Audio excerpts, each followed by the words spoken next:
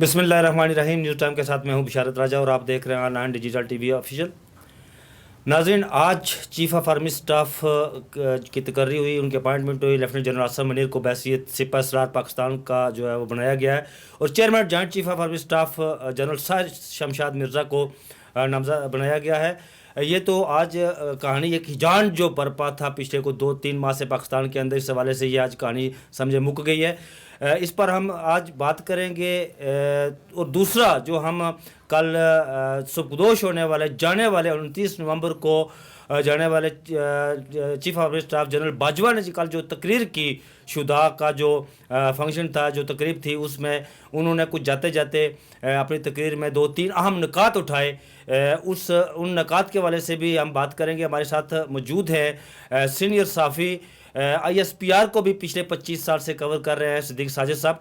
हम इनका शुक्रिया अदा करते हैं और हम इनसे ये जानने की कोशिश करेंगे पहले कि जो आज चीफ ऑफ आर्मी स्टाफ की तकर्री हुई और ये जान ख़त्म हुआ, इस हवाले से हम जानने की क्या सदर है पाकिस्तान आज इस पर साइन कर देंगे और जो कल तकरीर की गई उसके हवाले से भी जानने की कोशिश करेंगे। बहुत शुक्रिया चौधरी साहब। चौधरी साहब, ये बताएं कि आज वो एक माह से जो हिजान बरपा था, 1.5-2 माह से चीफ आर्मी स्टाफ की तकर्री के वाले से, वो आज हो गई और सदर ने अभी साइन कर रहे हैं। तो क्या समझते हैं आप कि ये चीफ आर्मी स्टाफ की तकर्री मेरिट पर हुई और सदर साइन कर देंगे इस पर? देखिए, जब हमारा ये प्रोग्राम अपलोड होगा तो हो सकता है कि साइन हो जाए जी, और ये भी हो सकता है कि आरिफ अलवी साहब को नया पंगा कर दें, क्योंकि वो जो मिले हैं जाके गैर कानूनी तौर पर, गैर आइनी तौर पर, प्रेसिडेंट ऑफ पाकिस्तान का जो ऑफिस है वो एक ममलकत का ऑफिस है जी। वो एक रियासत की करता है, अक्कासी करता है, उसकी नुमाइंदगी करता है।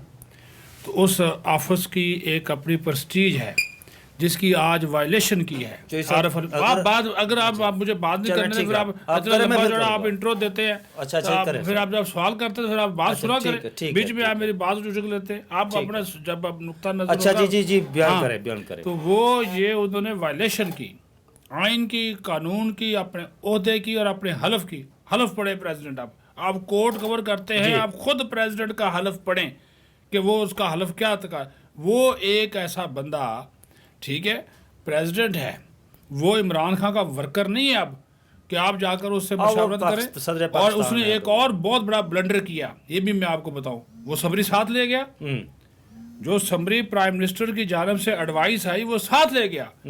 एक ऑफिशियल डॉक्यूमेंट ईवान सदर से वो अपने साथ लेकर चला जाता है। वो तो जाकर कहता है जी ये समरी है, इसके ऊपर करें, और मैं क्या करूं।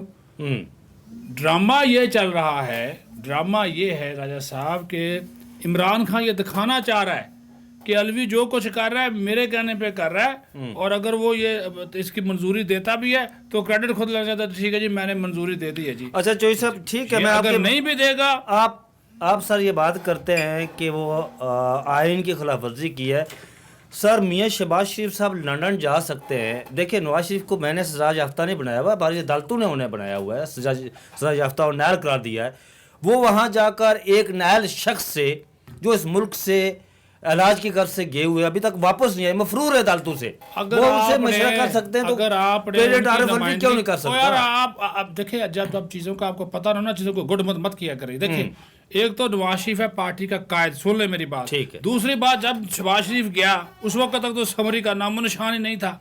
तो उसने कहा, ख्वाजा आसिफ ने कहा, नहीं ख्वाजा आसिफ ने कहा नहीं, वो मुशावरत के लिए गया। किस चीज पे मुशावरत? ना समरी, ना GHQ ने समरी भेजी। तो ख्वाजा आसिफ ने किसके हवाले से कहा? यार वो मुशावरत जनरल मुशावरत होती है ना, आम मुशावरत होती है। जब समरी आएगी तो उसके बाद ही थे ना। ये तो समरी लेकर चला गया लाहौर पे, बैठ गया वहां पे जाके, और इतना डरपोक आदमी। ये बात आप उधर वीडियो कॉल पे कर लो अगर आपने जो ऐसी बात करनी है, क्योंकि आजकल कालें लीक हो जाती है, तो इस वजह से जनाब स्पेशल जहाज दिया और कम से कम जनाब उधर वहां पे स्पेशल फ्लाइट पे पहुंचे, अब स्पेशल जहाज में वापस आ रहे हैं। कौमी खजाने को नुकसान पहुंचाया, इंशाल्लाह ये मामला यार ये करना पड़ेगा। रोक के देख ले, और सर रोक के देख ले, नहीं रोक सकता, नहीं रोकनी चाहिए, लेकिन गवर्नमेंट इदारों को तबाह करने में तुले हुए उस इमरान खान को खुश करने के लिए 27 नवंबर को बंदा रिटायर्ड हो रहा है, 27 नवंबर को रिटर्न और फ्रीज करके गवर्नमेंट का इख्तियार है, government can retain any officer above the grade of major, कर सकती है वो। अब पढ़े आर्मी एक्ट भी पढ़े, सर्विस रूल पढ़े, जनरल जहांगीर करामत के हवाले से बताया जाता है कि वो भी इसी तरह उनकी मुद्दत मुलाजमत में 1-2 दिन जो है ना वो 2-3 रहते थे यार और उन्हें भी रिटायर ऑफिसर करके हैं, जो है ना वो चीफ ऑफ आर्मी स्टाफ बनाया कितने गया। ऑफिसर जिनको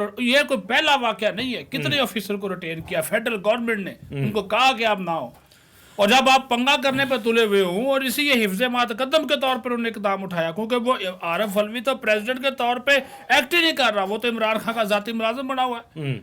अभी क्या जरूरत थी वहां पे जाने की? बहरहाल चौधरी साहब वो शाम इसको तक जेल के अंदर होना चाहिए। जब तक हमारा प्रोग्राम अपलोड, मुझे यकीन है कि वो उन्हें इसको जो मजीद आगे लेकर जाएंगे और वो उस पर साइन कर देंगे, करना चाहिए। और मैं कहता हूँ ये ना हो कि कैदियों की एक वैन वानी सदर के बाहर भी खड़ी हो। कैदियों की वैन तो खैर नहीं जा सकती, बहरहाल ये है कि वो नहीं, आप कानून और आइन तोड़ेंगे तो आपके ऊपर आर्टिकल 6 लगना चाहिए। तो आर्टिकल 6 मुशर्रफ ने भी तोड़ा था ना, और लगा ना लगा, फिर उसे बाहर किसने भगाया? जिसने भी भगाया, आपको ही पता, जिसने आपको जो क्या करते हैं छोटे बच्चे नहीं है रोटी को सही है, वो बात सही है आपकी। बहरहाल ये सिविलियन लोगों को भाई अभी उन्होंने कहा तो लगाए ना जी, इस पे लगाए आर्टिकल 6 प्रेसिडेंट पे लगाए, कानून और आइन तोड़ा है तो आर्टिकल 6 सर फिर अपने हलफ की खिलाफवर्जी की है। उन लोगों को कबूर से निकाल कर उन पर भी आर्टिकल 6 लगाना चाहिए। आप किसी और तरफ बात जानी कि ये इस मुल्क की हालत हो गई है कि एक उधर बैठा हुआ वैसे वो क्या, अब वो उसकी वो पट्टियां भी उतर गई हैं, ड्रामा वो प्लस्तर भी उतर गया है, क्योंकि उसने परसों इधर आना है और वो प्रेसिडेंट को बुलाता है, कोई गोले शोले लगी जी, साबित करे गोले लगी थी, नहीं जो छरे वाले लगे यार, खुदा का खौफ करे यार। अच्छा सर, ये वो शाम तक साइन कर देंगे। दूसरा ये सर कि ये बताएं कि जाते जाते अब टाइम थोड़ा रह गया है, कल chief of army staff general Qamar Javed Bajwa ने जो तकरीर की है, एक तो उन्होंने कहा कि 2018 के RTS का उन्होंने जिक्र किया, सिलेक्टेड का जिक्र किया, इम्पोर्टेड का जिक्र किया, फिर उन्होंने एक बात जो की है कि जाते जाते कि 71 की जो वार है ये उन्होंने इसको सियासी नाकामी करार दिया है। हालांकि जितने भी आज तक जो तारीख अगर उठाकर पढ़ें तो उस वक्त सदर ममलकत जनरल था ना, जनरल यहिया खान था, तो ये सियासी नाकामी किस तरह हो गई सर? देखिए मेरी बात सुने, पहली बात तो ये है मेरी ज़ाती राय में, जनरल बाजवा की ये तकरीर बनती नहीं बनती, ये फेयरवेल स्पीच नहीं थी, ठीक है। आपने अपना अंदर का उबाल निकाला है, किया मतलब, ठीक है, ये नहीं करना चाहिए था। आपने एक सियासी तकरीर की है, आप जाते जाते आपका 6 साल टर्नओवर बड़ा अच्छा रहा, आपने अच्छे काम भी किए, मुल्क के लिए आपकी खिदमात को बिल्कुल हम सराहते हैं, इसमें कोई शक नहीं, लेकिन ये तकरीर इस मौके पर नहीं बनती थी। देखिए उसने किसी को नहीं छोड़ा, उसने इमरान को भी सबको रगड़ा दिया और वो एक नई सानिया मशरकी पाकिस्तान की, उसके ऊपर हम बहस नहीं करते, वो फिर पंडोरा बॉक्स खोल जाता है। लेकिन जो सब तारीख तो बतानी चाहिए, नहीं बताने, ये तारीख कायम बसक तो नहीं करना चाहिए। उस बारे में ब्रिगेडियर सिद्दीक सालेक ने जो किताब लिखी है क्या उसे झूठ लिखा है? नहीं, मैं कह रहा हूँ राव रशीद ने जो किताब लिखी है उसे झूठ लिखा है, जनरल मजीद मलिक ने जो किताब लिखी है उसे झूठ लिखा है। सही कह रहे हैं, मैं आपकी इस बात से इत्तेफाक करता हूँ। तो फिर आप तारीख क्यों लोगों को गलत बता रहे हैं? मैं यहीं तो बात करने लगा हूँ, ये तकरीर नहीं बनती इस मौके पे, ये सारी बातें वो कर लेते। और वो अगर आप मुझे इजाजत दें तो मैं यहाँ पर 2 मिनट एक अमूदुर रहमान कमीशन रिपोर्ट में पढ़कर आपको थोड़ा सा सुना दूं। ये मेरे पास अमूदुर रहमान कमीशन रिपोर्ट है जो अरसा दराज से ये पब्लिश नहीं हुई थी और मुशर्रफ ने पब्लिश की थी। सारी पढ़ेंगे? उसमें नहीं, मैं कुछ अल्फाज में पढ़ूंगा। अच्छा। उसमें उन्होंने अमूदुर रहमान कमीशन रिपोर्ट में ये लिखा गया है कि इस अमर का जायजा लिया गया कि मार्शल लॉ के नफाज से फौज पाकिस्तान की इखलाकी हालत और पेशा वराना महारत पर क्या क्या असरात मरतब हुए।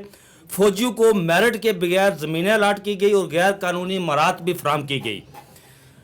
बड़े बड़े अफसरों को अलाट शुदा ज़मीनों की तफसीलात दी गई। रिपोर्ट में यह भी लिखा गया कि सदर यहिया खान के ज़माने में ऐवान सदर चकला होश बना हुआ था। ठीक है। और उन ख्वातीन के नाम भी दर्ज है जिनके ऐवान सदर में आना जाना लगा रहता था।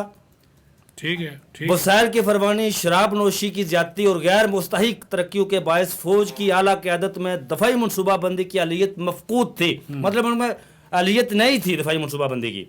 फिर वो लिखते हैं आगे, ये अमूदुर रहमान कमीशन रिपोर्ट में लिखा हुआ है ये, मगरबी पाकिस्तान के माद पर फौज की पेशा वराना सलाहियत से बड़े बड़े सवाल उठ रहे थे, जबकि ढाका के दफा का कोई मनसूबा सरे से तैयार ही नहीं था। तीनों सर्विसेज के दरमियान मौसर राब्ते का फुकदान था और जवानों की अखलाकी हालत रोज बरोज पस्त होती जा रही थी। बड़े बड़े फौजी अफसरों ने मशरक़ी पाकिस्तान में लूट मार की थी और अपने जिम्मेदारियों में नाकाबिले माफ़ी गफलत के मुरतकब हुए थे। रिपोर्ट में यह भी कहा गया कि इन जो उसमें जो लोग जो शामिल थे जर्नैल, उनको सजाएं दी जाएं, लेकिन रिपोर्ट में ये कहा गया उनको सजाएं देने के बाद बजाय तरक्की दी गई। अच्छा, तो फिर ये सियासतदान किस तरह इसका हो गए? मैंने कब कहा है कि सारा कसूर सियासतदानों का है? हम्म, ये देखिए, उसका एक नुक्ता नज़र है। मैं बार बार कह रहा हूँ कि कुछ तनाज़ात को उनको हवा नहीं देनी चाहिए थी। एक तो ये मौका नहीं था क्योंकि यौम दिफा व यौम शोहदा की ये तकरीर थी जी, और उसके हवाले से उनका जो इक़दामात है उसको हम सराहते हैं। लेकिन ये जो उन्होंने बातें की है ना, ये नहीं करनी चाहिए। नहीं करनी चाहिए, ये गलत है। देखिए, गुनहगार, खताकार, कसूरवार सारे हैं। सारे चाहे देखें 30-35 साल तो मार्शाल्लाह रहा जी। इन लोगों ने हुकूमत की, यानी कि 58 में आप पहला मार्शाल्लाह लगा देते हैं 10-11 वो साल। 56 में लगा ना, वो 56 में, हाँ 56 में लगा। आप देखें 9 साल बाद ही आपने इस मुल्क में मार्शाल्लाह लगा माशाल्लाह लगा दी। है जी। तो अब पाकिस्तान की जब आप 75 साल में आप 35 साल मार्शाल्लाह पे जाएंगे, ये लुल्ली लंगड़ी जमहूरियत है, इसको चलने दें। मैं कहता हूँ इस बात के ऊपर कायम रहें। ये जो आपने कल अनाउंसमेंट अच्छी की है कि गैर सियासी हम रहेंगे, इस पर रहना चाहिए इस पे कायम साहब। गैर सियासी रहें। देखिए, इनको सियासतदानों को चौधरी साहब, लड़ने दें, ब्रिगेडियर, मरने दें, मैं आपकी अपने बात से फैसले इत्तेफाक करें। करता हूँ। ब्रिगेडियर सिद्दीक सालक भी अपनी किताब में लिखता है कि जनरल यहिया खान ने एक इजलास की चेयर कर रहे थे, मैंने ढाका डूबते देखा, उसमें लिखते हैं वो। यहाँ पर उन्होंने एक इजलास के दौरान कहा कि मैं कल मुजीब को बुलाता हूँ, अगर मुजीब ने मेरी बात ना मानी तो फिर मैं देखता हूँ, उसमें फिक्स अप करता हूँ। वहाँ पे मैं अगर देखूँ ना, अगर आप मेरे एक सियासी स्टूडेंट, पॉलिटिकल साइंस के स्टूडेंट की हैसियत से अगर मैं बात करूँ, ज़्यादतियाँ हुई, हमने उनका मैंडेट नहीं माना। बिल्कुल ऐसी जब हम आवाम का मैंडेट नहीं मानते तो फिर रद्द-ए-अमल होता है। सही। अब देखिए उसका क्या फ़ायदा हुआ? उसका फ़ायदा किसने उठाया? इंडिया ने। उसने अपनी फ़ौजें दाखिल कर दी, वो उनके साथ मिल गया। तो यही सूरत हाल इमरान खान क्यों धमकियाँ देता है? इसी वजह से जहाँ पे अवाम का मैंडेट हो, अवाम का फैसला हो, वो मानना चाहिए। बहुत शुक्रिया चौधरी साहब। नाज़रीन, जैसा कि आपने सुना कि चौधरी साहब ने बताया कि इमरान खान को, अफगान सदर को जो है वो उनके पास जो समझ गई है चीफ ऑफ आर्मी स्टाफ के हवाले से, उस पर उन्हें दस्तखत कर देने चाहिए। एक मुल्क के अंदर एक हिजानी कफ़ियत जो है वो ख़त्म होनी चाहिए। सबकदोश होने वाले चीफ ऑफ आर्मी स्टाफ ने भी कहा है कि फ़ौज ने सियासत से अलग होने का फ़ैसला कर लिया है, और अब जो नई क़यादत आई है उन्होंने वो अपने जो उनका जो पहला वो तकरीर करेंगे या जो भी उनका अमल होगा उससे ये साबित हो जाएगा कि आया वाक़या फ़ौज ने सियासत से अलग का फ़ैसला कर लिया है। तो चौधरी साहब ने यह भी बताया कि जो कल जनरल बाजवा ने जो तकरीर की, उनकी ये तकरीर बनती नहीं थी, और ढाका में बिलखुसूस जो मशरक़ी पाकिस्तान में जो उसका उन्होंने कहा कि इसके सियासी नाकामी थी, ये बिल्कुल सियासी नाकामी नहीं थी। इसमें जो तारीख़ है उसमें अगर ब्रिगेडियर सिद्दीक सालक की किताब को देखें, जनरल मजीद मलिक की किताब को देखें, राव रशीद की किताब को देखें, और बहुत से दूसरे लोगों की किताबों का अगर आप पढ़ें, मताला करें, तो उसमें हर एक राइटर ने ये लिखा है कि ढाका फॉल जो हुआ था उसकी सियासत के साथ साथ सबसे बड़े नाकामी का ज़िम्मेदार हमारी फ़ौज थी, हमारे जर्नल थे। मुझे दीजिए इजाज़त, अपना बहुत सा ख्याल रखिएगा। अल्लाह हाफिज़।